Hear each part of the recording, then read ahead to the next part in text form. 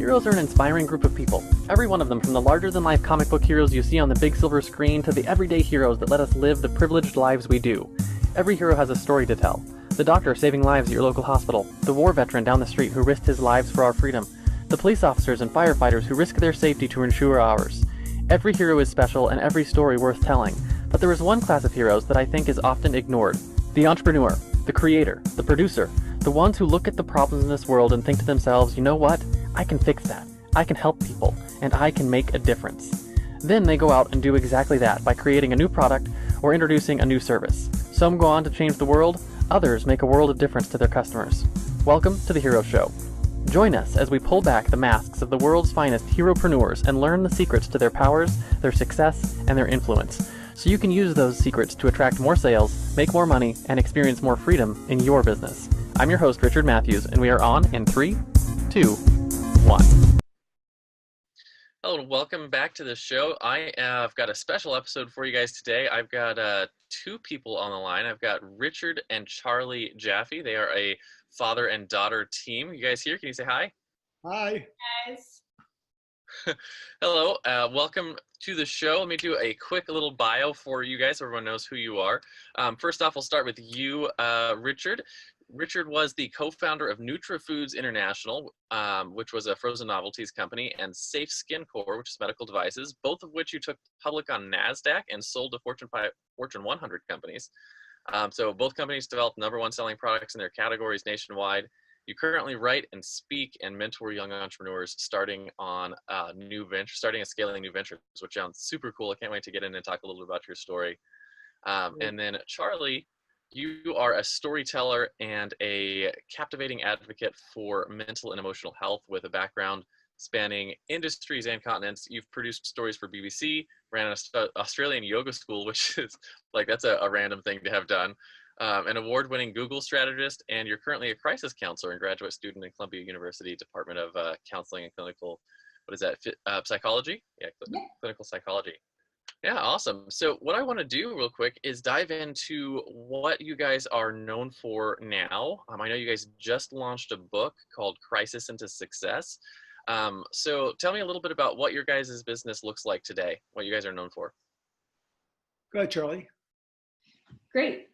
So we just had the privilege of launching our book, Turning Crisis into Success, where we really decided to sort of take a step back and look at essentially building a mind for happiness and success. A lot of times people see that as two different paths.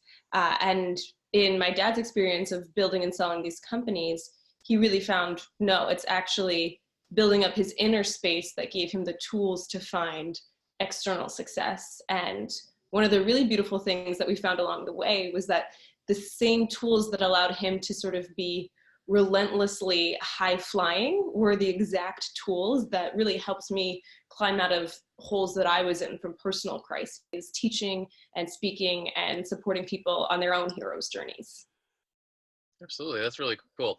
So what I want to do then real quick is talk about your origin story. And I want to do this. This is interesting because I've never had two people on the story before, or on the show before. So the origin story, I say every hero has an origin story. It's like where you started to realize that maybe you were different, that maybe you had superpowers, that maybe you could use those to help other people.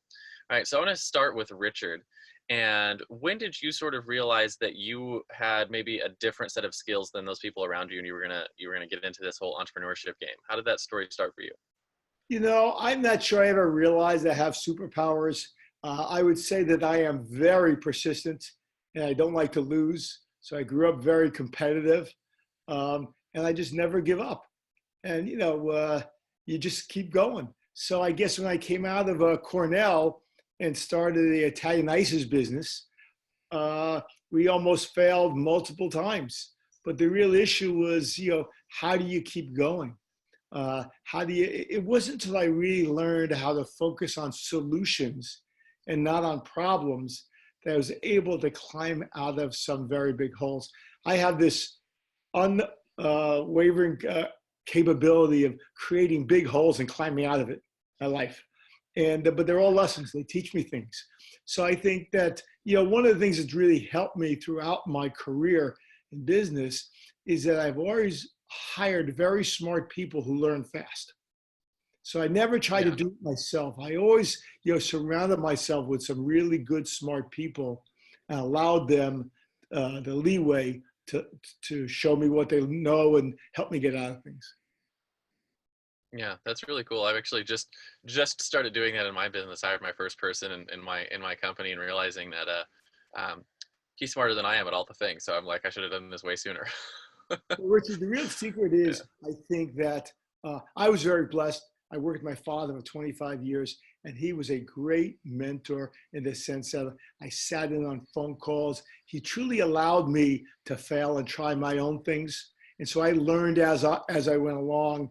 But I think, really, even as the companies got bigger into hundreds of millions of dollars, I hired people who were smarter than me in any one area, but I was able to see the entire picture. So I was able to communicate the vision, where we're going. And what I learned is when we identify what the goal is of where we're going and how to measure it, then you have to allow people to figure out how to get there on their own. So I can't have other people do it my way. They have to do it their own way. As long as we have the same goals and measurements, people find better ways to get places sometimes than I do. Yeah, absolutely. I'm learning that I've been building processes and documentation and everything for our company, and I'm trying to leave them as open-ended as possible. It's like, this is the goal, figure out how it gets done. So it's been really helpful. The key is that you have to hire smart, capable people. If you give it to people who aren't capable, you're going to go in a bad direction. So you got to be careful with that. You delegate, you don't abdicate. Yeah, absolutely. So I want to flip that over to you, Charlie. Charlie, you have an even more interesting than a lot of people. You were raised by someone who's running multi-hundred-million-dollar companies. What has that done for your story of entrepreneurship and your origin story to be brought up sort of in a world that's full of entrepreneurship? Because that's not something that many of us had the blessing of having. Yeah, absolutely. So I would say, my education with it started around the dinner table. And I think one of the greatest gifts that I got from my dad was the sense where he was always sort of pushing me and challenging me and trying to get me to make those decisions and have those thoughts. So I was, at a very young age, I was told, well, one day when you're running your own company. So it really expanded my horizons of what's possible, but it also gave me that practice in trying to solve problems. And so I've always had a very analytical mind, but I think it really helped push me in that direction. But I think it really instilled this sense of daring, of not needing to fit into boxes, but really seeing the value of thinking differently, of coming up with different ideas and solutions. And I think sometimes that's led to some adventures that maybe were beyond what my parents expected. They didn't bank on me getting quite so adventurous with it, but I really see it as something that has bled into not just entrepreneurship, which I've gotten to experience, but also within academia, within storytelling, within the world of emotional health. Essentially, everything I do has this thread of you don't need to stand on the fact, you don't need to do things the way everyone has always done it. There's actually a huge value to questioning. Yeah, so you've sort of taken that entrepreneur mindset and applied it to places that don't generally have that entrepreneur mindset. Like part of academia particularly is not typically an entrepreneurial field, but you're bringing that to academia, which is cool. Yeah. Richard, the interesting thing is that I grew up with parents who were very loving and supportive. So I never worried about failing. I knew if I fail, I'd just get up and try again. And they were very supportive and things like that. And even in our relationship with Charlie and our other children, no matter how much you try, if you fall down, failure, defeat is when you get knocked down. Failure is when you don't get up. So the ability to continue to try something new and realize that you separate your self-worth from your activities, okay, and that you're still a good person, you still love yourself whether you fail or whether you fall down or not. That ability to be loved and still get back up again and try again is really, really important. The ability to separate who we are from what we do. So I want to take the question just a little off topic here because we got a unique situation here. most of our listeners on the show are fellow entrepreneurs. A lot of them, like myself, have children. If you had a single piece of advice you could give to a fellow parent who is trying to raise their children to be entrepreneurs, or at least think like an entrepreneur, what would that advice be? Wow, that's a big question. I think one of the things I always say is that we don't own our kids, we guide them. So each child is different. And so the idea is, how do we fill them with enough love, enough self-confidence that they can follow whatever passion they find? It's not easy to find passion, but if you find it, you got to explore it. And you just love them as hard as you can and let them do what they need to do, knowing there's a safe place to land. Each child is different. They have different aptitudes, different skill sets, but it's our role is to encourage them to try things.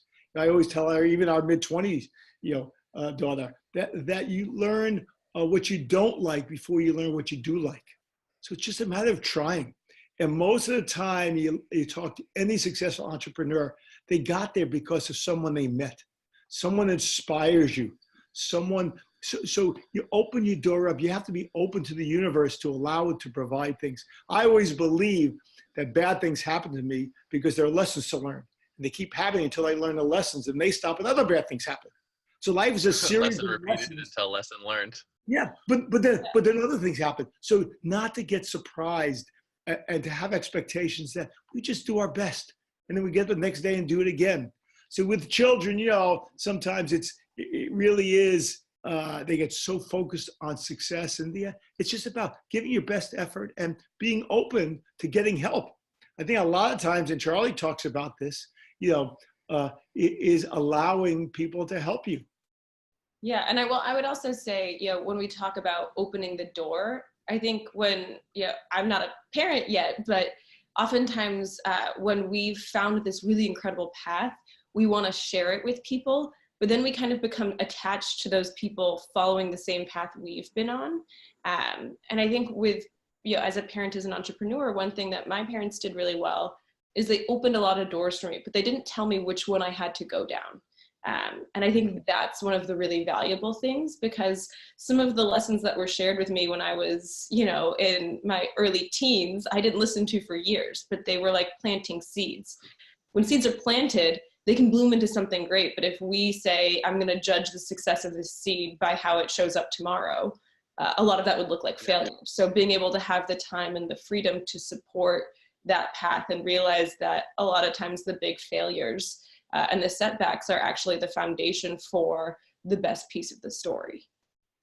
Yeah. And Charlie found doors we could never even dream of. So yeah, and it's crazy because that's one of the things that I worry about with my kids all the time. It's not really a worry, but it's more like I don't want to force them into saying like, you should do what I did, because what I did, that's my story. I want them to, to write their own story and just have the skill sets and the advantages that maybe I didn't have growing up, because that the kind of stuff that you can teach them and give them. But anyways, that makes an interesting thing to think about. Like, and just like it was interesting because for a while I didn't want to go near entrepreneurship because he had done it. And then eventually I did on my own accord. I didn't want to go near poetry because that was his thing. And then when I found it on my own accord, I developed this beautiful relationship with it. So even if your kids end up choosing that path, when it's an active choice versus feeling pushed into it, the results can be such different realities. Yeah, it's super awesome.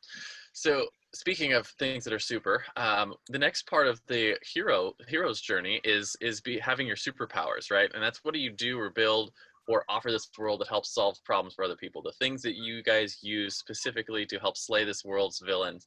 So I'm going to punt this to both of you guys. Richard, you first. What do you say your superpower is that really helped you build the businesses that you built? As I said, it's really hiring smart people who learn fast. But I think it's really a passion for satisfying customers. I am, everyone has different skill sets. Mine is sales and closing big deals. But that's because I've really learned to listen to customers, to love customers. I just love satisfying customers.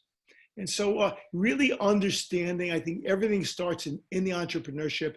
It's always about selling. It's all about, I always tell our salespeople, find out what the customer wants, give them what they want, and they'll give you all their money. They'll give you all what you want. So the real issue is, how do you find out? And the way I've had success doing that, especially with some very challenging, high-powered executives, is I'd like to ask them a question. I say to them, what would you like to do today that you can't, that would have the biggest impact on your life and business? And they always say, is that personal or professional? I say both. First, tell me personally. And so I'd ask them, and some people say, I'd like to solve cancer because my mother has cancer, or I'd like to be a rock star, or whatever they have. But once they start opening up, you truly understand what's important to them. And remember, selling is just connecting heart to heart. People do things for other people they care about. And when you ask somebody about their business, what would they like to do? And they tell you, you might not be able to satisfy that, but you now know what their biggest problem is. Sometimes you can find people who can help them, but you understand their perspective. So it really is understanding what people really need, and then understanding what their objections are and overcoming all their objections. Once you overcome all their objections, they'll give you anything you want. So for me, I don't call it a superpower, but one of my strengths is really listening and caring and focusing on customer needs. Yeah, and something that we've talked about a number of times on this show and a few others is that the superpower, the caring, like actually caring about what the other person thinks, like it's not something you can fake. You have to actually care about those people. But realizing that sales, when done right, is one of the I think one of the best and highest positions in the world, because what you're doing at its core is helping other people solve their biggest problems and lead better lives. Correct. Absolutely. So how about you, Charlie? What would you say your superpower is that you've developed over the years that helps you do what you do today? Well, I actually think it's going at that same result of solving people's biggest problems to lead better lives, but just from a little bit of a different approach. And for me, it really comes down to essentially emotional fitness, is I guess how I would call it. But that idea of how we work with our own inner worlds and being able to bring light into dark places, to go to those places that we find uncomfortable, because what we're looking for is usually hiding beneath the work we don't want to do and the questions we don't want to ask and the places we don't want to touch. So I don't know when exactly. And it was funny, as we were writing the book, I realized like I actually came into the world doing this work. So when my mom was pregnant with me, her dad died suddenly. I got my name Charlie from my grandfather within the first year of my life.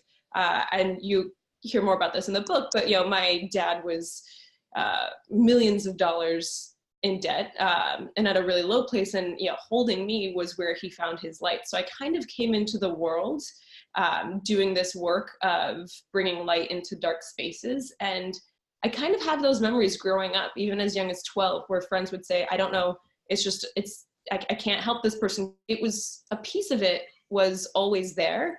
But I would say it was really walking through my own journeys and having my own traumas and really hard things to move through, from physical near-death illness to mental illness, and coming out the other side where I did that work myself. And I was like, oh, okay, wait, now I actually know how to be with people because I know that feeling. And that ability to be with people in hard places and to turn pain into power is such a gift and a joy for me. So I just feel very lucky getting to do that work. So interesting, like just further question on that, because we have kind of an interesting story there. When did you sort of realize that you had that power? Like, if it's something that you realized that you were all the way at the beginning bringing light into dark places, when was it something that like you were consciously became like aware of? So I'd say the first time I have a memory of being consciously aware of it, I was about 12. And I had another friend who was a fellow 12-year-old who said, hey, I have this friend who's in this dark place, and I just feel like you're the person who knows how to have that conversation. So it was the first time that someone said, I know you know how to do this. Can you do this for me? That was the first time I got, I would say, an inkling of it. But I would say I really recognized it in full. I'd been working at Google and left, bought a one-way ticket to Myanmar and was backpacking through Southeast Asia. And I realized that people who looked at my life on social media would see this perfect job and this perfect adventure and miss the huge crises that really caused it, and the fact that it came from a place of desperation. And so what I had done was said, it's not responsible for me to share the good part and not the hard part. And so I wrote this coming out of sorts about how my mind works, why I left Silicon Valley. And when I shared that with the world, I sort of felt like I had a hangover from it. It was incredibly terrifying. But when I got the responses from coworkers that I thought so had it together, and I said, they said, this hit me in such a deep way. I so feel this. It's like you're in my head. So many different people. That was the first time where I realized, like, oh, I've hit on something. This is something that's really needed. And I've been able to apparently reach people that haven't been able to be reached before. So I would say that was 3 years ago. So it like grew over time. Let me go back for a second in thinking about the question. I would tell you the superpower I probably have that has helped propel me is one of attitude. I'm probably the most positive person I know. I really focus on solutions, but I accept things I can't change. So I think the issue is really one of attitude. The only thing we control in life is our mind, how we think, and our attitude. And so I think really, if I take a look back at all of my ups and downs and ins and outs, the one thing that has really gotten me through all of the hard times is my ability to keep a good attitude. Charlie says, teach me and my friends, how do you keep your emotional stability through crisis? And I think that's what the book, Turning Crisis into Success, is. It's a series of stories of how I kept my emotional stability through crisis. But that is one of the superpowers, so to speak, that has really helped me personally, professionally, athletically, is just keeping that attitude and focus on the solution, staying positive. That's awesome. So the other side, the flip side of superpowers is the fatal flaw, right? Every hero has their fatal flaw. Superman has his kryptonite. And I tell people, at least on the show, I've got more than one, but I tell people my fatal flaw is that I tend to be a bit of a perfectionist, where I'll spend 4 hours trying to get one pixel into the spot that I need it, and then realize after I've wasted 4 hours that it has no impact on the direction we're going, or the bottom line. And so I'll get myself into places where I'm really trying to get something to be perfect, and then I have to I have to change what I'm doing there. So the question is basically, what do you think your fatal flaw is? And more importantly, what have you done or set up in your life to help overcome that flaw? So people who might suffer from something similar can improve that in their lives. So who wants to take that first? I can go first. I'd say I really resonate with the perfection. I definitely have more than one. And the perfectionism piece, when I mentioned that big sort of coming out, I called it the gifts of devastation. So it was sort of that flip side of there were these devastating things that actually brought me incredible gifts. But in that, I really talked about how we like to look at the upside of our strengths, but most of our strengths are double-edged swords, and we don't like to look at the cost. And so for me, unrelenting high standards and perfectionism had allowed me to achieve a lot early on. And the downside of that was the way I treated myself when I didn't live up to my expectations, or when life didn't live up to my expectations. And that happens to all of us at a certain point, no matter how successful we are, whether it's in our personal or professional lives. For me, it was, after experiencing a near-death illness, when I really struggled mentally after, I didn't allow myself to ask for help initially. We talk about the importance of asking for help and how strong that is. And I think that idea that I had to be, it allowed me to excel. So that in a way it worked as fuel, but it also kind of haunted my mind behind closed doors. And so the way that I've really worked with that is to really start with a sense of self-awareness.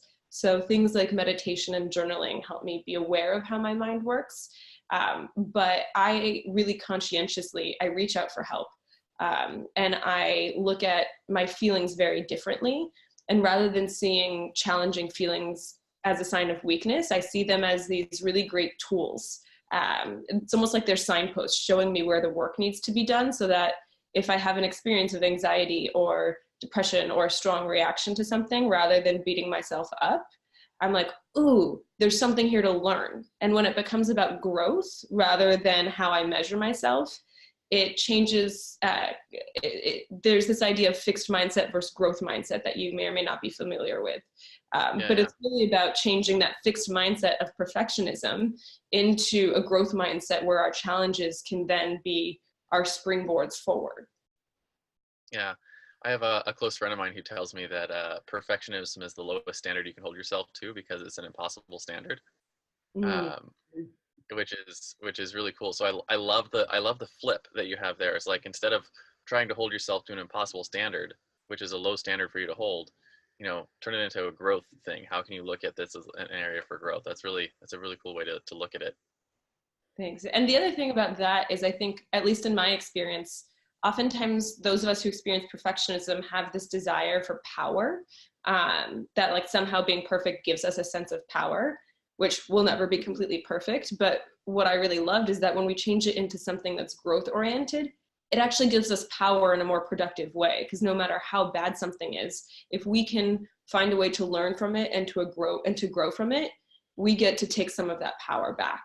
And we get to decide how that energy, how that situation that we can't control then affects our lives. So it's like a sneaky trick.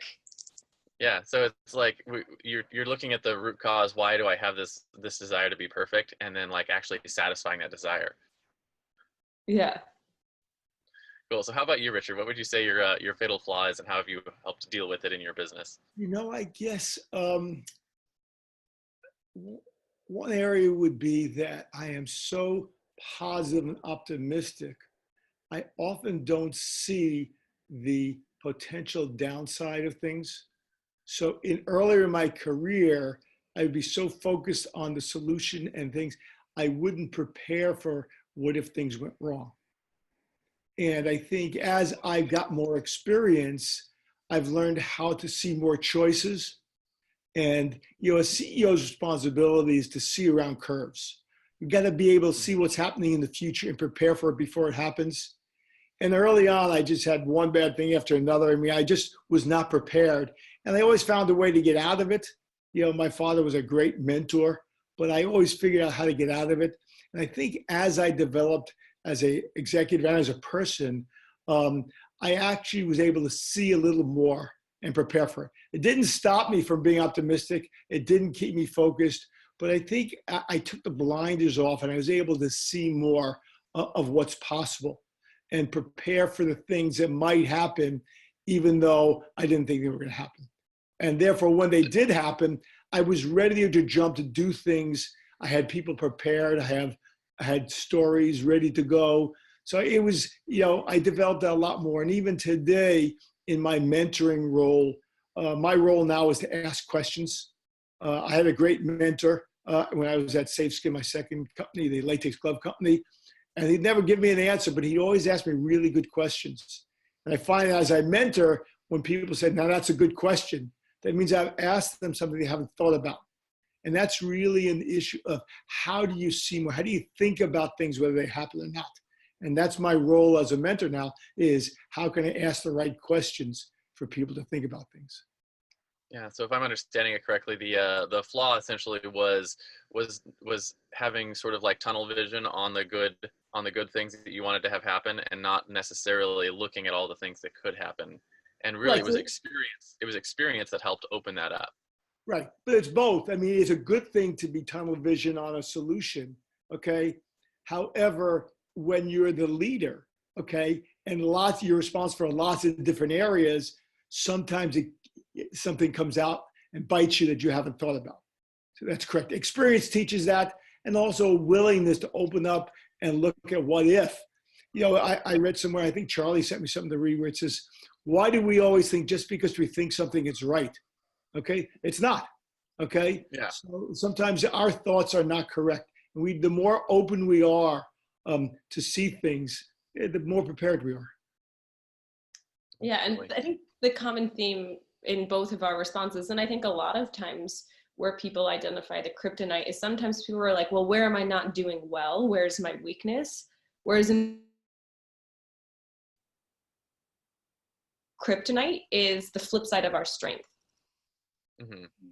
And so it's like, if we're trying to figure out, well, I don't know what my fatal flaw is, sometimes a really good place to start looking is, what's my strength and what are the ways that it might have a dark side, or it might have a side that's not as helpful. For entrepreneurs, when they identify that, one of the solutions is to find people with strengths and surround yourself with people, not just like yourself, but surround yourself with others who have strengths that we don't have.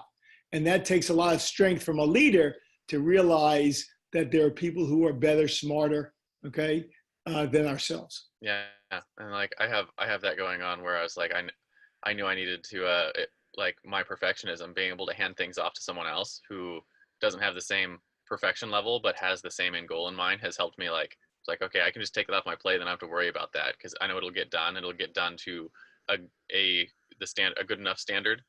And anyways, that's been really helpful, is hiring people to get things accomplished and just take them off your plate entirely. And also a willingness to allow them to do it their way. As long as they get to the same end result with the same measurement, it doesn't matter to you. If we try and control how people do things, might as well do it ourselves.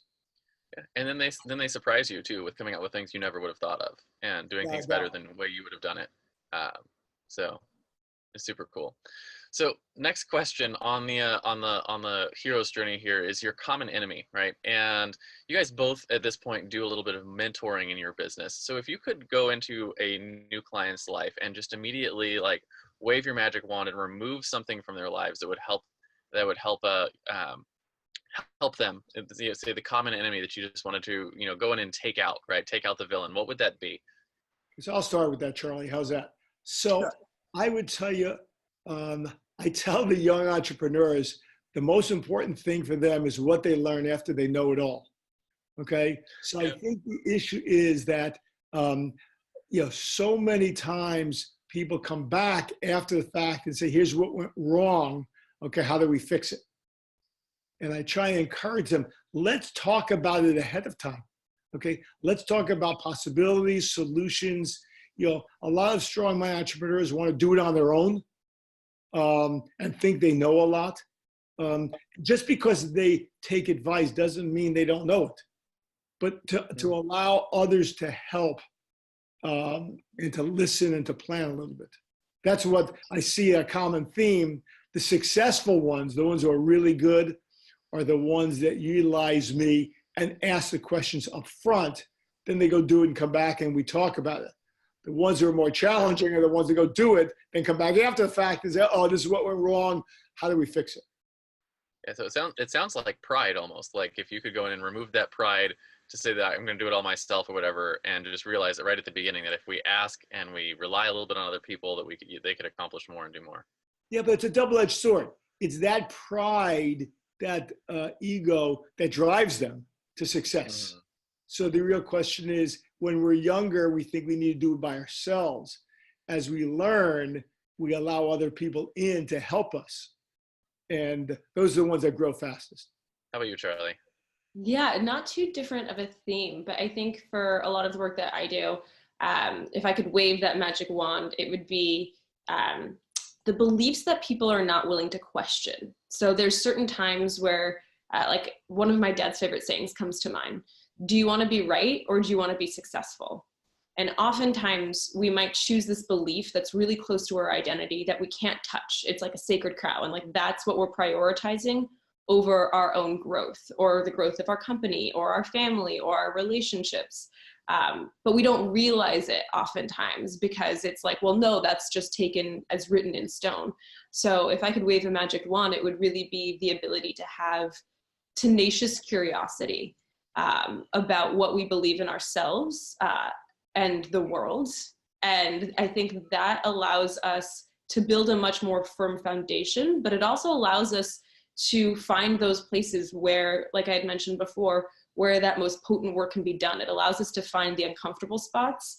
And whether it's our business or our personal lives, that's where we can get the greatest outcome.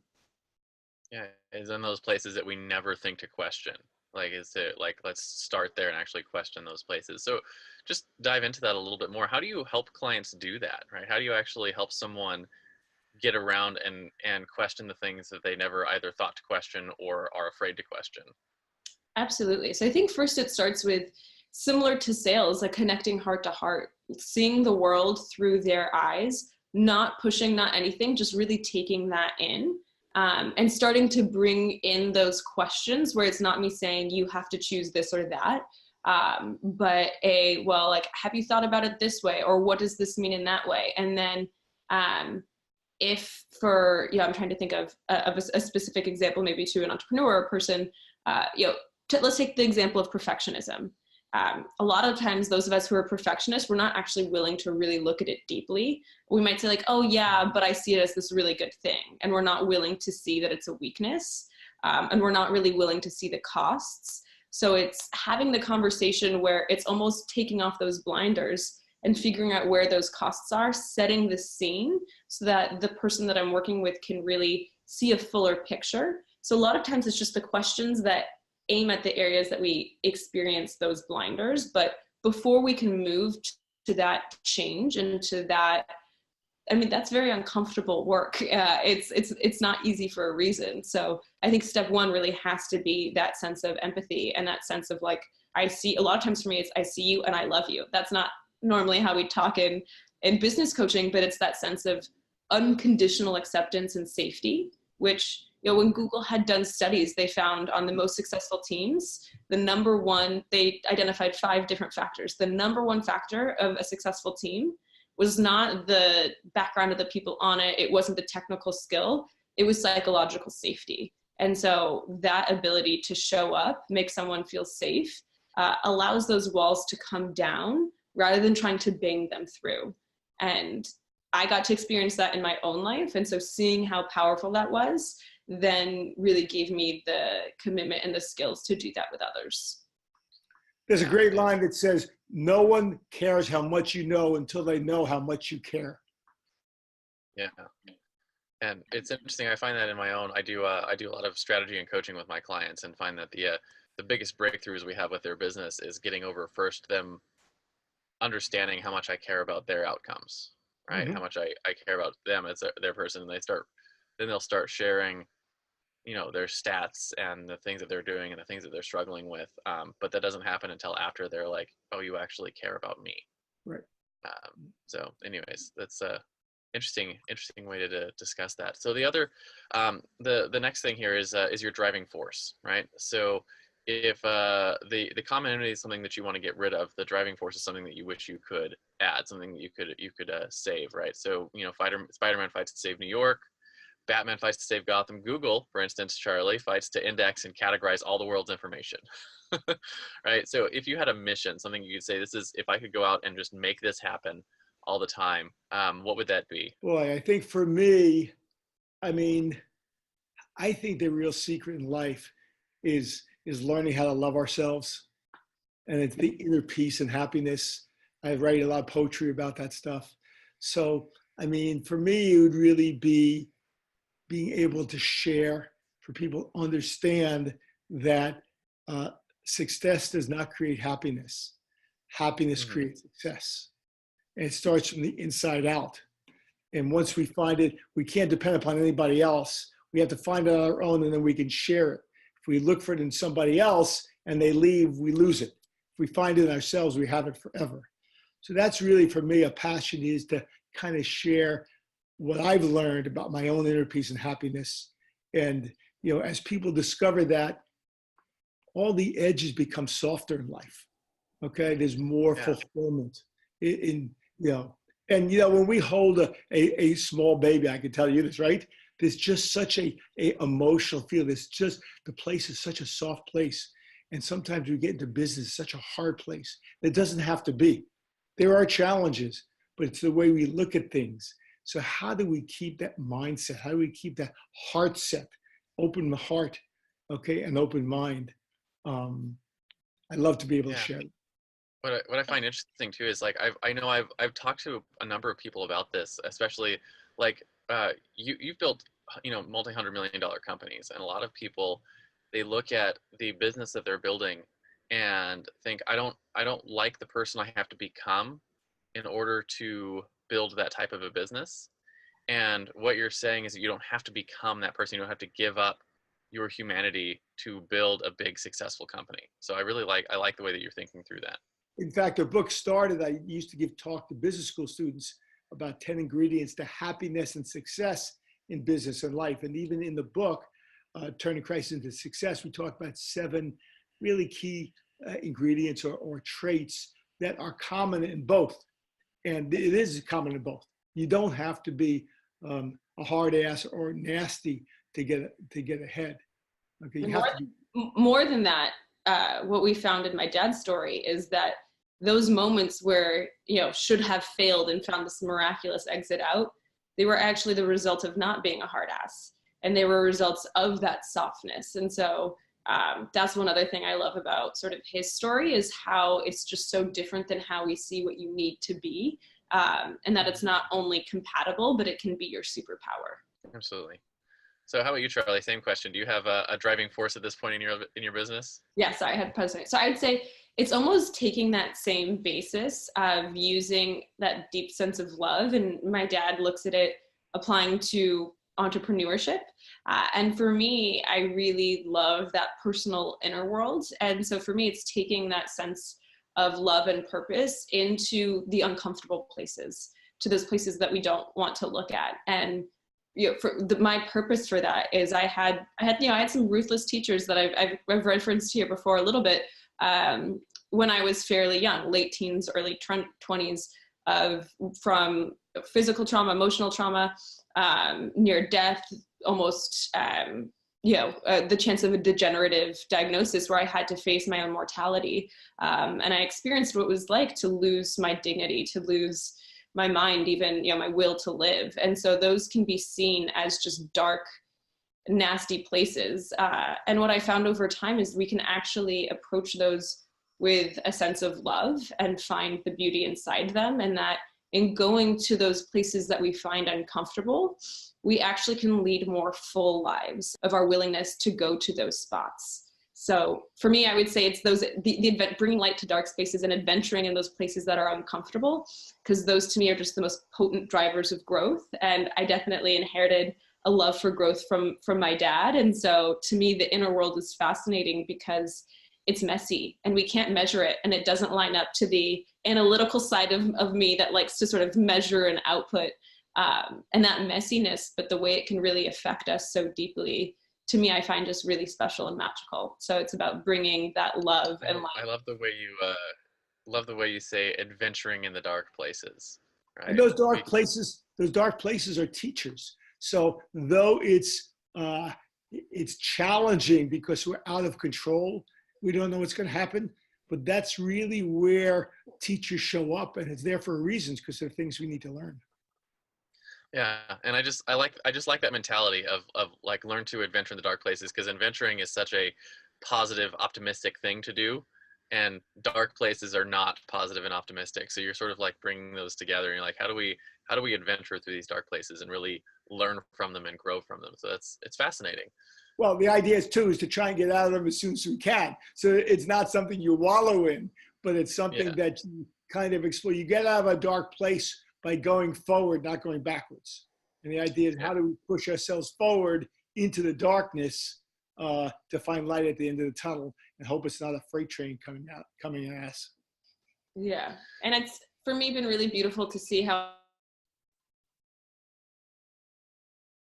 at different points, and even with the same experience on paper, the way I experienced it internally was really differently. So, for example, something like post-traumatic stress disorder, like that's a very brutal experience when you talk about controlling your thoughts. It's a nice thing to say, but experiencing that, it's much easier said than done. But when I had that shift in my mindset, I was able to carry so much more and to sit with so much more. And when I came out of it, I was like, wow, I would not actually give that experience back, because who I am today and how I get to experience the world today is so much richer for it. So what I'm going to do is transition to a little bit of some practical things. And I call this the hero's tool belt, right? So maybe you have a big magical hammer like Thor, a bulletproof vest like your neighborhood police officer, or maybe you just really love how Evernote helps you organize your thoughts. Do you guys have any practical tools that you use on a regular basis in your business to help you do what you do? What are they, and how have they helped you accomplish your goals? I think I'll try this one first, Charlie. For me, the real fundamental thing I go back to is starting at the outcome and working our way backwards. So many people look where they are and they take a step forward. But for me, the real secret is really clearly defining the outcome and how I measure it. Because once we understand the outcome, the path becomes self-evident. But the question is, if we don't define that, how do we know if we're getting closer or further away? So it's really is a discipline of continually focusing on the outcome and working our way back to that. And that's something that is not easy. It's easy to lose sight of. It's also measuring. So when you have other people around us, it's not just good enough to have an outcome, because we all might measure them differently. To be really clear, we need to say, okay, how are we going to measure that? And just stay focused and continue to come back, because it changes. It doesn't stay in the same place. How about you, Charlie? Do you have any practical tools? Your dad's using outcomes as a tool. How about you? Yeah, and these are all sort of, we've spent a lot of time talking about some of these different things, but another one that came up really strongly in our conversations was the importance of asking for help. And a lot of times decisions come down to intuition. We gather all the information, but his name was saying, a decent plan executed quickly at the right time is far better than the perfect plan too late. So we're never going to have the full information, and intuition is something that we can't fake. But what we can do is reach out to people who've had experience in the areas we're looking at, who've had to walk our own path before, and be able to get their insight. And ideally, not just one person. I think it's really ideal when we get conflicting opinions and when we can kind of see where the overlaps are and sort of piggyback on the intuition of others almost. But that idea of swallowing your pride, really asking for that help, taking it in, taking the initiative to find it, but then at the end of the day, doing that work to make our own decisions and to be able to own those decisions, I think is really huge. And the other big one that we keep coming back to are practices that support our ability to control our thoughts, or more specifically, control our reactions to our thoughts. Because we can't control the stuff that pops in our head. We do have a say about what we do with it. And so for my dad and I, we've both meditated, him since long before I was born. But that idea of that self-awareness practice to develop a space and not just react to things, but to choose how we're going to respond to things, whether it's a business decision or a tension or an argument with someone on our team or a relationship or our family, or when a crisis comes in, being able to have that pause to know, okay, who do I need to reach out to? What are the questions I need to ask? Let me not just spiral downward. Yeah, I tell my kids that between stimulus and response there is choice, and I think that's what you're talking about. Is like you have some sort of a stimulus come into your life, and most people they just respond to stimulus. And when you can separate that a little bit and say, I want to have the space to make a choice instead of just react, is a really powerful tool. Yeah, not a comfortable one, but a powerful one. Yeah, absolutely, and it gives you a lot of power, right? To the people who are masters at whatever it is they do.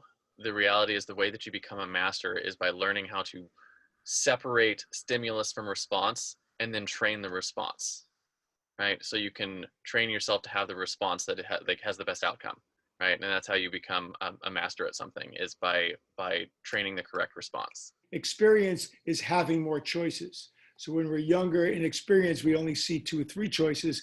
As we get older, we see much larger choices. And one of the really beautiful parts about sort of crafting the stories of our books together was seeing how my dad's ability to create that space developed.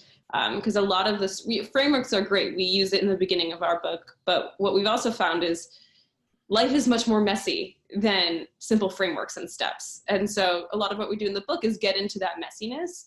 And so what I loved was seeing the way my dad developed in being able to face increasingly large crises and hone that skill of creating that space.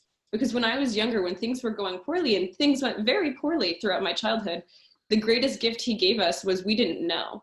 I've met so many children of entrepreneurs who are sort of scarred from the ups and downs of their parents' career. And I didn't appreciate until I was a little bit older that not having that and having that relative stability, even when his world was so unstable and, you know, the roof over our heads was not secured, his ability to be present and to have that stability. If you're a parent and an entrepreneur, I think that's the best gift you can give your children. Love of obviously love and all the other stuff, but that ability to separate the ups and downs of work from how you show up to your family. I'm like more and more grateful for it every day and every year. I know it's certainly a struggle for someone who's got young kids at home, and entrepreneurship is not just a straight trajectory up, right? It's I've seen people, you know, it's like you're all over the place, and eventually you get on a stable path, but it takes a while. And being able to have your kids have a stable life is it's an important thought.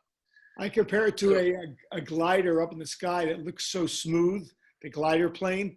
But if you've actually been up in it, it goes up and down thousands of times just to stay in the air. But it looks smooth, but it really isn't. Yeah, absolutely. Are you tired of trying to write webinars that don't consistently convert? How would you like to have a webinar that effortlessly created sales in your online business? You can. Introducing the Webinar Alchemy Workshop. Webinar Alchemy Workshop is an online masterclass that will help you write incredibly persuasive webinars for your online courses quickly and easily. Using what you learn in this class, you can build a webinar that educates your entire audience while still creating sales. For a limited time, you can purchase this masterclass for only $7, and you'll get the exact framework I've personally used to help my clients sell more than $1 million worth of online coaching and training just over the last year. Simply text the word alchemy, ALCHEMY, to 444999, and I'll send you all the details. The music is by Purple Planet Music. Visit www.purple-planet.com. Yeah, absolutely. So next question here is your own personal heroes, right? So Frodo had Gandalf, Luke had Obi-Wan, Robert Kiyosaki had his rich dad. Who were your heroes? Were they real life mentors? Were they speakers, authors? Were they peers who were just a few years ahead of you? And how important were they to what you've accomplished so far in your life? Charlie? Oh yeah, handy that I go first on this one.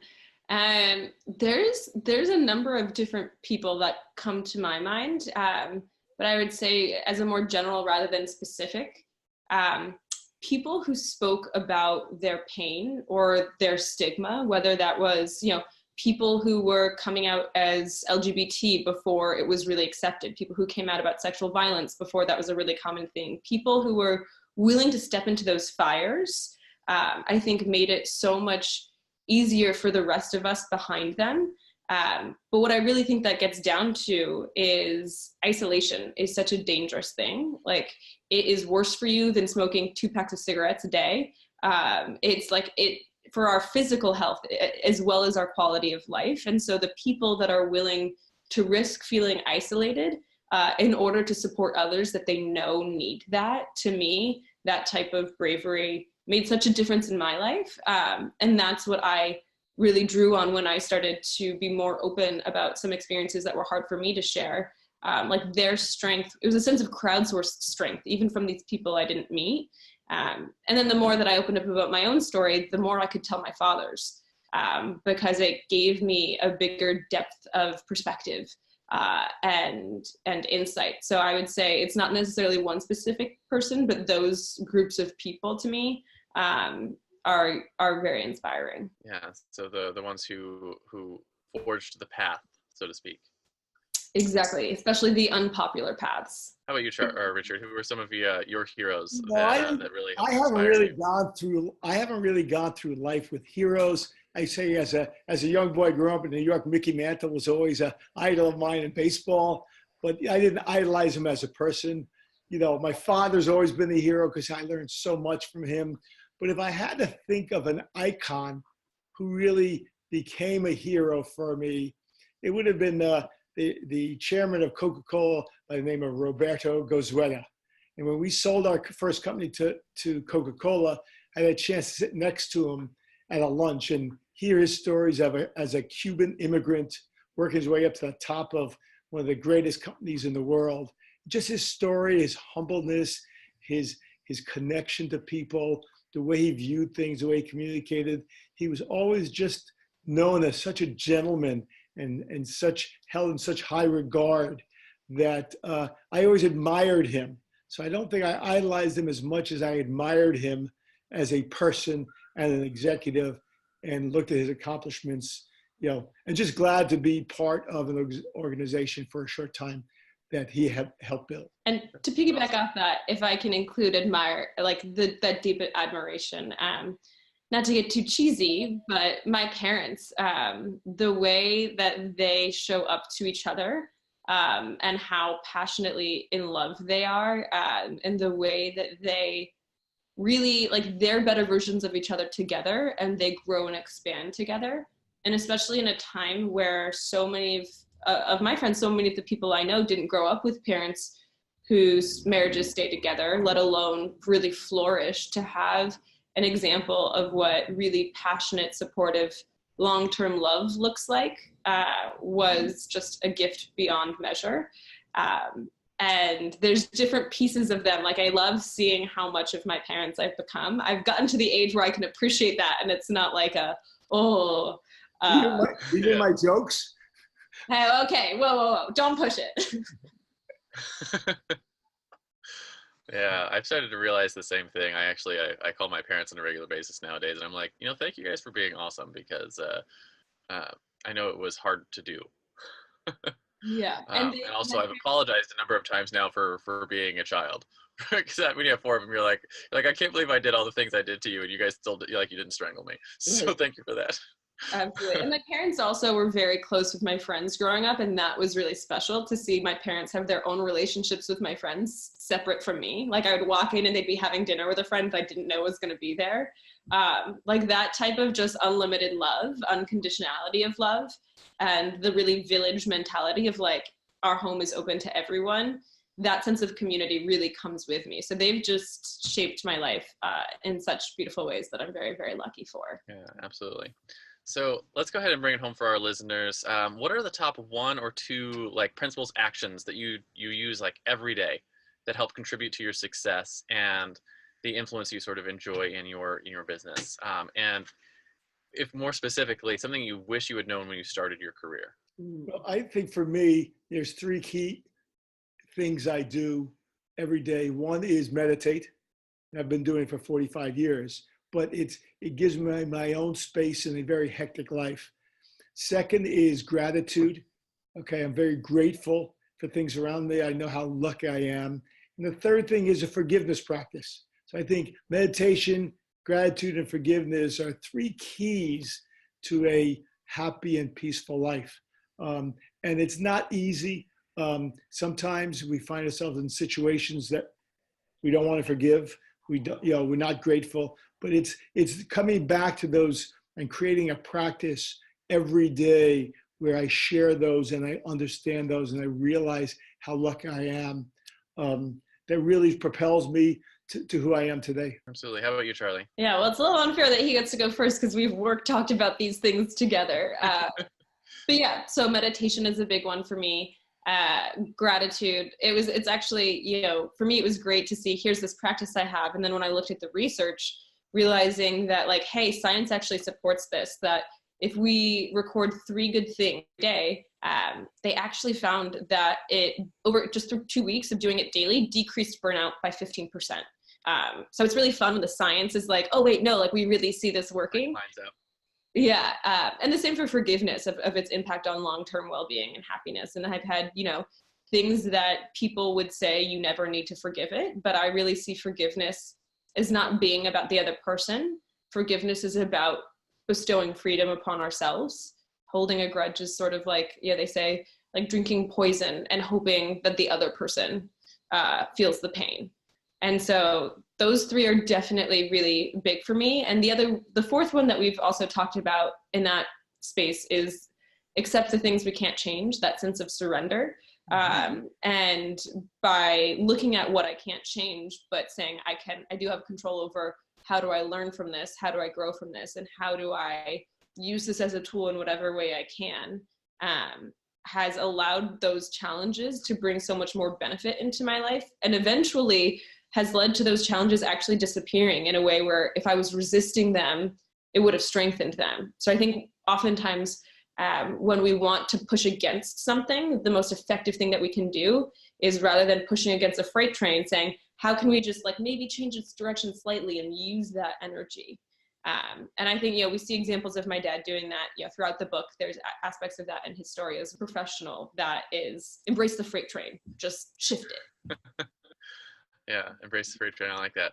So the just summarize that the meditation, gratitude, forgiveness, and accepting the things you can't change are some of the things that you guys use regularly.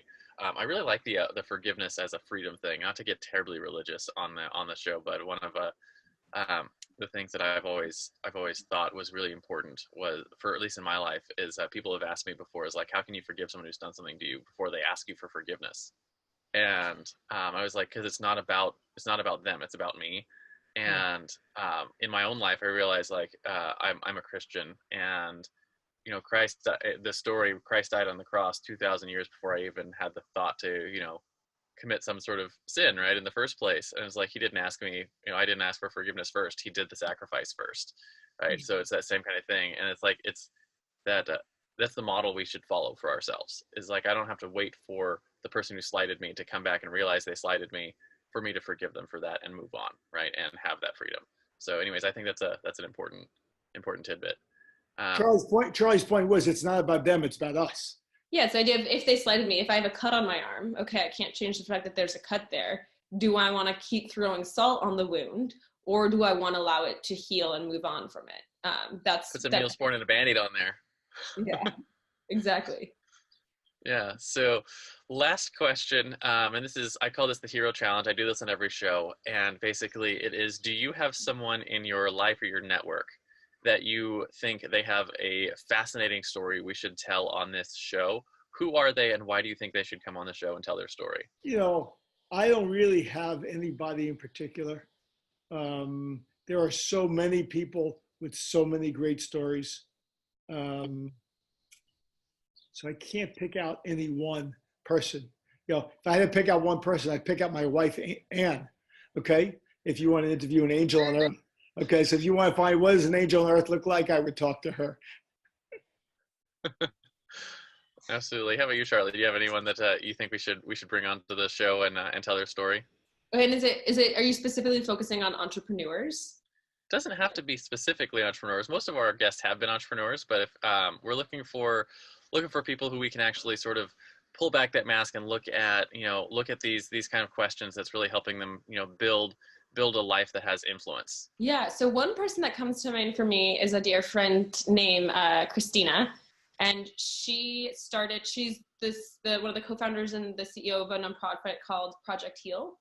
And she actually started when she was 15. And Project Heal focuses on eating disorders, but specifically on providing access and changing the way that our entire health system approaches it. So it's not light, but what I really love is that she took this really challenging experience she had in her early teens, even earlier than that, and said, I want to support other people. And that small seed of I want to support other people turned into this massive nonprofit that is actually at the absolute forefront, changing how, bringing new initiatives, changing how insurance is approaching things. And so to me, to see someone who's so young and ambitious, I know, funny for me to say so young, but to see someone who's making such incredible change in that way, and has such a lightness to her in a space that can be seen as dark and is so brilliant, she's definitely one of the people that comes to mind. That's really cool.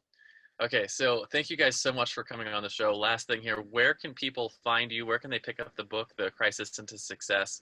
And if they wanted to reach out and either get your mentorship or anything, where would they go? What should they do?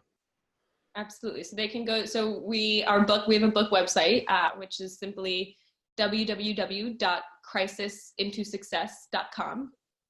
Keep it nice and simple. And so we also have past interview there, and a little bit more information about the book. In terms of my work, my website is www.charlyjaffe.com. And so Charlie is just L-Y spelled, and Jaffe is one E. And then my dad here, I don't know if he's frozen, but his website is www. And so that's where you can access all of that. richardjaffe.net for you guys. So thank you guys very much for coming on the show. We appreciate it. And we will come back and let you know when the show goes live. But if you guys want to check out the book Crisis into Success, I haven't finished reading it. It's on my the things I'm currently reading. It's fantastic. Really look forward to finishing that. Definitely get a chance to pick it up. Not a lot of times that you get to pick the brain of someone who has built, several $100 million plus companies. So very, very cool. And again, thank you guys for showing up on the show today. Great. Thank you very much. Have a great day.